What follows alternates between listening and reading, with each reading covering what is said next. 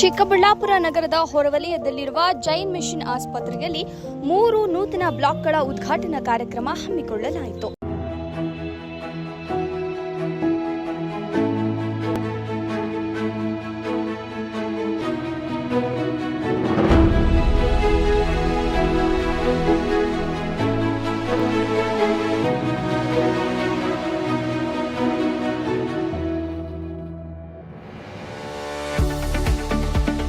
ನಂತರ ಮಾತನಾಡಿದ ಸಂಸದ ಡಾಕ್ಟರ್ ಕೆ ಸುಧಾಕರ್, ಜೈನ್ ಆಸ್ಪತ್ರೆ ಒಂದು ಮಿಷನ್ ಆಗಿ ಕಾರ್ಯನಿರ್ವಹಿಸುತ್ತಿದ್ದು ಬಡ ಜನರಿಗೆ ಕಡಿಮೆ ದರದಲ್ಲಿ ಚಿಕಿತ್ಸೆ ನೀಡುತ್ತಿರುವುದು ಶ್ಲಾಘನೀಯ.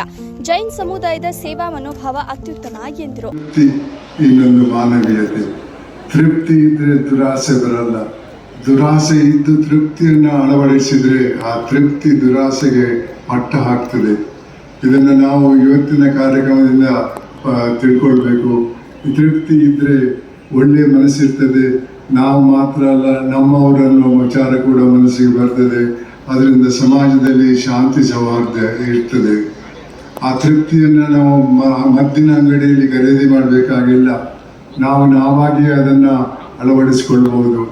ನಾನು ಚಿಕ್ಕವನಾಗಿದ್ದಾಗ ನನ್ನ ಪೋಷಕರು ಹೇಳ್ತಾ ಇದ್ರು, ಇದು ಮಾಡಬೇಡ ಅಂತ.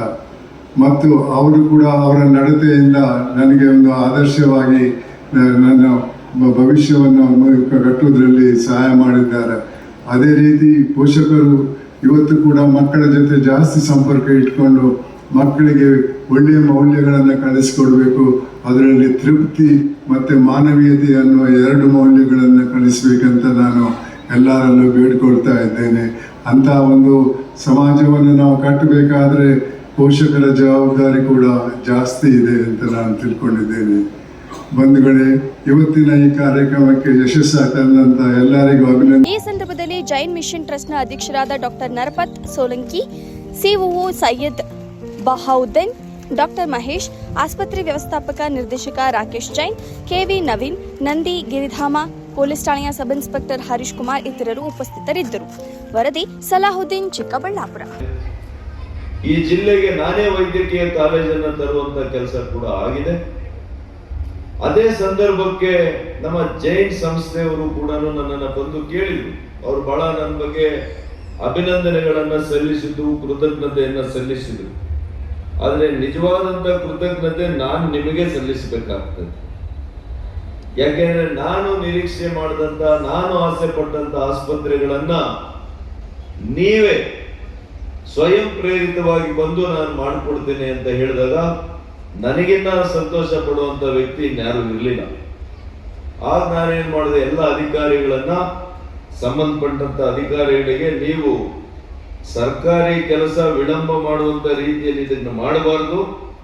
ತಕ್ಷಣ ಇದು ಎಲ್ಲ ಅವ್ರಿಗೇನು ಪರವಾನಗಿ ಆಗ್ಬೇಕು ಎಲ್ಲ ಸ್ಪೀಡಲ್ಲಿ, ಒಂದು ಲೈಟ್ನಿಂಗ್ ಸ್ಪೀಡಲ್ಲಿ ಮಾಡಿ ಅವರಿಗೆ ಮಾಡಿಕೊಡ್ಬೇಕು ಅಂತ ತಾಕೀತು ಮಾಡಿದೆ. ಅದೊಂದೇ ನನ್ನಿಂದ ಏನಾದರೂ ಸಹಕಾರ ಆಗಿದ್ರೆ, ಮತ್ತು ಯಾವಾಗಲೂ ಕೂಡ ಈ ಆಸ್ಪತ್ರೆ ಬಗ್ಗೆ ನನಗೆ ವಿಶೇಷವಾದಂತ ಒಂದು ಕಾಳಜಿ ಇದೆ, ನಂಬಿಕೆ ಇದೆ. ಯಾಕೆಂದ್ರೆ ಇಲ್ಲಿ ಕುಳಿತಿರ್ತಕ್ಕಂಥ, ಇದರಲ್ಲಿ ಭಾಗ್ಯ ಆಗಿರ್ತಕ್ಕಂಥ ಎಲ್ಲರೂ ಕೂಡ ಸಂತರಿಗಿರುವಂತಹ ಒಂದು ಹೃದಯ ವೈಶಾಲ್ಯತೆಯನ್ನ ಇಟ್ಕೊಂಡಿದ್ದಾರೆ. ಸಂತರು ಅಂತಂದ್ರೆ ಕೇವಲ ಕಾವ್ಯ ಹಾಕಿದ್ರೇನೆ ಸಂತರಾಗಬೇಕಾಗಿಲ್ಲ. ಆ ಹೃದಯ ಶ್ರೀಮಂತಿಕೆಯನ್ನ ಇಟ್ಕೊಂಡು ಸೇವೆಯೇ ಜೀವನದ ಪರಮಾರ್ಥ ಅಂತ ನಂಬಿರುವಂತ ಎಂಥವರು ಕೂಡ ನಿಜವಾದಂತ ಸಂತರು ಅಂತ ನಾನು ಅಭಿಪ್ರಾಯ ಪಡ್ತೇನೆ.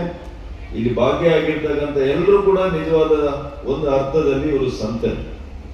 ಹಾಗಾಗಿ ಅವರನ್ನು ಸಂಪರ್ಕಿಸಿ ಇಲ್ಲಿ ಒಂದು ಕ್ಯಾಂಪ್ ನೀವು ಮಾಡಬೇಕು. ಐ ಕ್ಯಾಂಪ್ ಬಿಟ್ಟು ಲಕ್ಷ ಕಡೆ ಅವಾಗ 2004ರಿಂದ ನಾವು ಇಲ್ಲಿ ಪ್ರತಿ ತಿಂಗಳು ಇವತ್ತುವರೆಗೂ 35-40 ಜನಗಳಿಗೆ ಪ್ರತಿ ತಿಂಗಳು ನಾವು ಉಚಿತ ಕಣ್ಣು ಆಪರೇಷನ್ ಮಾಡ್ತಾ ಇದ್ದೀವಿ.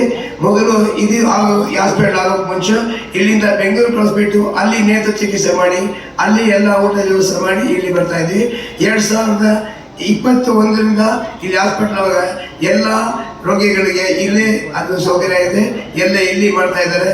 ಆವಾಗಿಂದ ಇವತ್ತುವರೆಗೂ ಪ್ರತಿ ತಿಂಗಳು ನಾವು 40-45 ಮಂದಿಗಳಿಗೆ ಆಪರೇಷನ್ ಮಾಡ್ಕೊಳ್ತಾ ಇದ್ದೀವಿ. ಆಮೇಲೆ 2018ರಲ್ಲಿ ಈ ಜಾಗ ನಾವು ಚಿಕ್ಕಬಳ್ಳಾಪುರದಲ್ಲಿ ತಗೊಂಡು ಇದಕ್ಕೆ ಮುಂಚೆ ಒಂದು ಬೈಪಾಸ್ ಅಲ್ಲಿ ಒಂದು ಜಾಗ ತಗೊಂಡು ಬಹಳ ಚಿಕ್ಕದಿತ್ತು. ಆದರೆ ನಮ್ಮ ದಾನಿಗಳು ಮತ್ತು ಪ್ರಾಜೆಕ್ಟ್